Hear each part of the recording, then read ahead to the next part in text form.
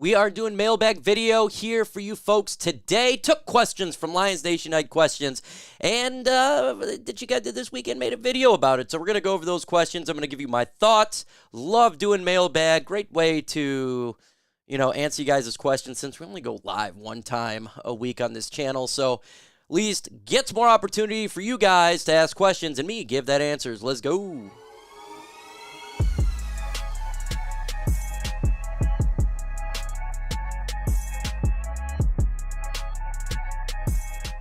Y'all know the deal here. Go ahead and subscribe to the channel. Trying to get to 10,000 subscribers.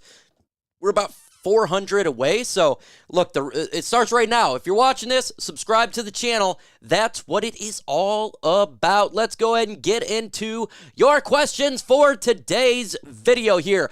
What is one player you would like the Detroit Lions to re-sign? I'm going to stay with this one here. Josh Reynolds. I think the Lions should re-sign Josh Reynolds. I think he's good with the Lions offense. 600 yards last year. Him, Jared Goff on the same page. He's 29 years old. It's not going to cost you much. He would be a good number 3/4/5, whatever you want to put him, wide receiver. And I think it would really help out. Then you don't have another need for a wide receiver. We know J-Mo is going to be slotted as number 2. We know that they're going to be given a lot of passes to other wide receivers like St. Brown, Khalif Raymond.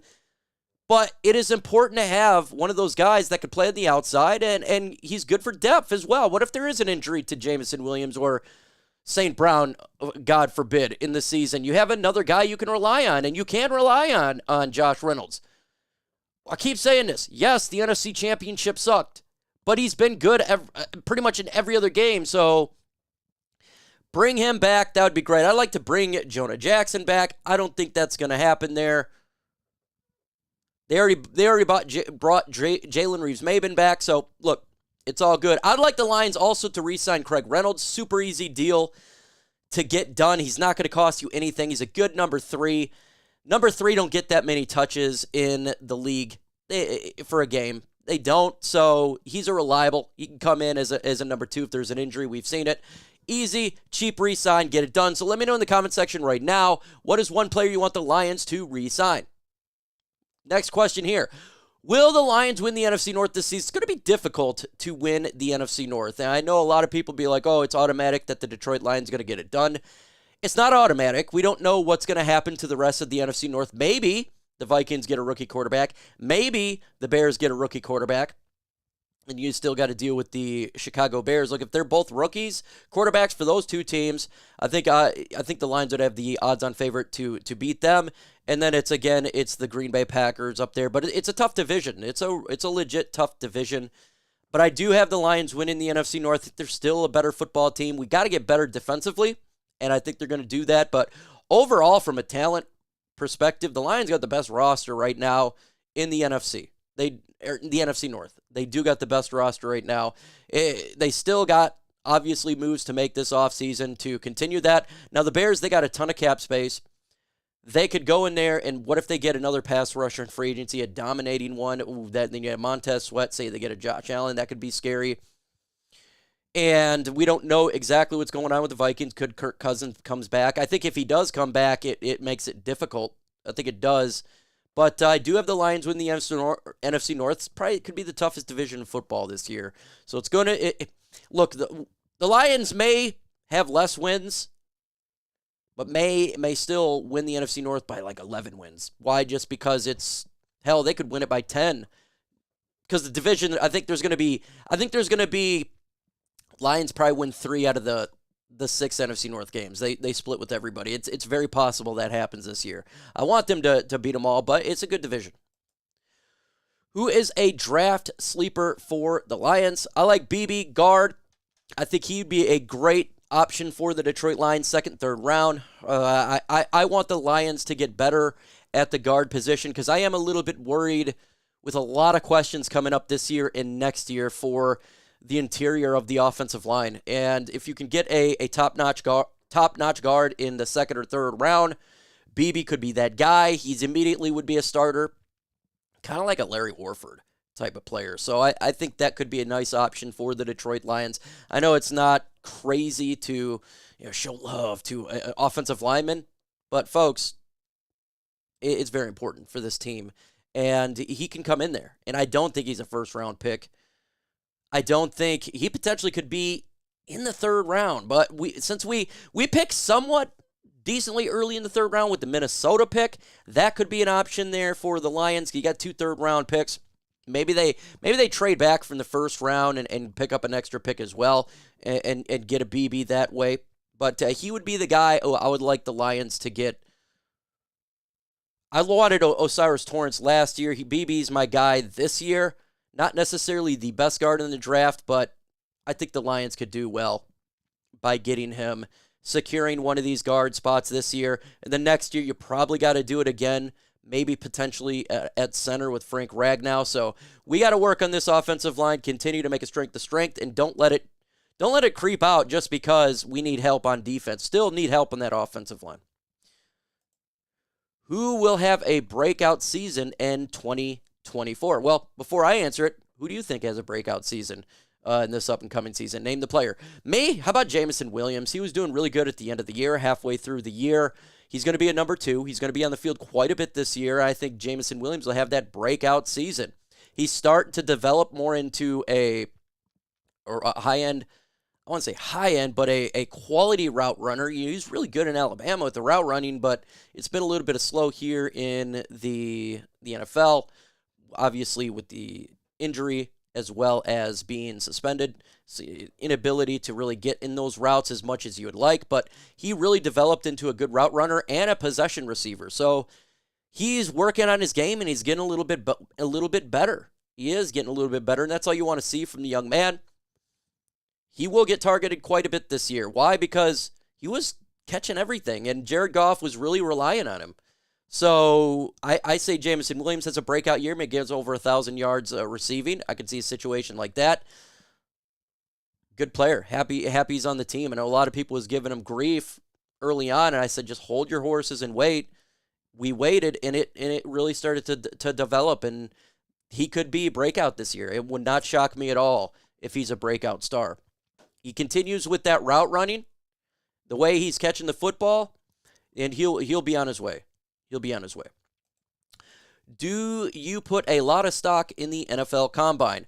Not really. I don't do a lot of stock. Matter of fact, I was just talking about this question with TA the other day, and I like the NFL Combine. It's fun to watch. You get to know some of these prospects, see how fast they run. But I really put more stock into the play on the field and how they operate in college. Everybody said Aiden Hutchinson had small arms, and that's why he was passed up with the first pick. I don't care about that stuff. He was producing on the field, and he produces in the NFL level. You always got to look at the tape before anything. So I'd put 95% tape, 5% NFL Combine. A good way, if there's 2 prospects that are very similar in college, with stats and height and all that type of stuff, and they differentiate themselves in the NFL Combine, that's kind of what it's for, right? Who is just got a little bit different, but I'm definitely not going to just take numbers and just go, that's the guy who I'm going to draft. We're not the Raiders, okay? Or when the Raiders are doing that quite a bit, they're only going off combine numbers and speed. That's how you wreck a team. But at the same time, too, you don't want to get a Tease Tabor, but he played decent in college, but he was so slow it just didn't translate. So you got to be a little bit cautious, but 95%, I'm going with play on the field. And I think that's the way y'all should evaluate it as well. But if a guy who you like is, say, I don't know, a cornerback or wide receiver, you really liked him in college, and then he just blows up the NFL Combine with a crazy 40 time, like a sub 4.4 or something like that, that can push their stock up. That really can. But look at the play in the field first. You guys are in pajamas when they're doing the NFL Combine. That's not reality in the NFL. You're wearing, all your gear. You got your pads on and everything, and so it doesn't necessarily translate. Again, St. Brown wasn't the fastest guy in the world, but he's immaculate in his route running. He's physical. He catches the football very hard. Like he's a physical guy. So if you went by the NFL Combine, he probably wouldn't be one of the guys you would really look at as the best, but he sure proved it. I mean, he would be a first-round pick if people knew how he would be. Absolutely, he'd be up there with Chase. So look at the play in the field first, folks. But we do look at the combine. And, there's some things that you can look at. Next question here: should the Lions sign Mike Evans? I like Mike Evans, and I think he would be. Definitely would help out the Lions offense, no doubt. I mean, he's a good wide receiver. What is it, 8 years of 1,000 yards? With that said, it's not really going to change the Lions offense that much.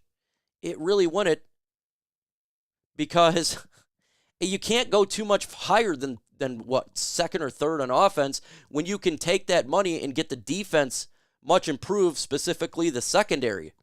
Like, our offense is elite. You can't get too much more elite than elite. So that's my caution there. That is my caution there. But he's a great player. Like, in theory, if you didn't have cap space and this was like the NFL was like the MLB, yeah, you drop money and all these, you can make an all-star team, but that's just not reality. He's probably going to want a little bit of a longer, not too long, because he is a little bit long in the tooth.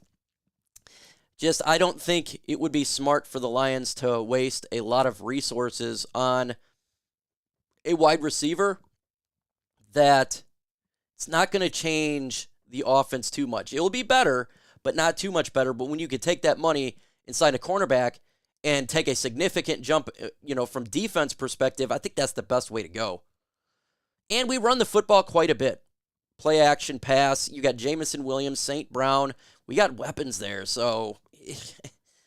And we do want Jameson Williams to take that step forward. And if you bring in a Mike Williams, Mike Evans, it's definitely going to hurt his development. We need him to be a number 2, and I think he can take that step. So let's just work on development right there. He can go to another team and ball out for them. I like him as a player. I just don't know if it's something that they would do, and I don't really believe they probably should do it. But let me know in the comment section your thoughts. Would you bring in Mike Evans? Y for yes, and N for no. Adios.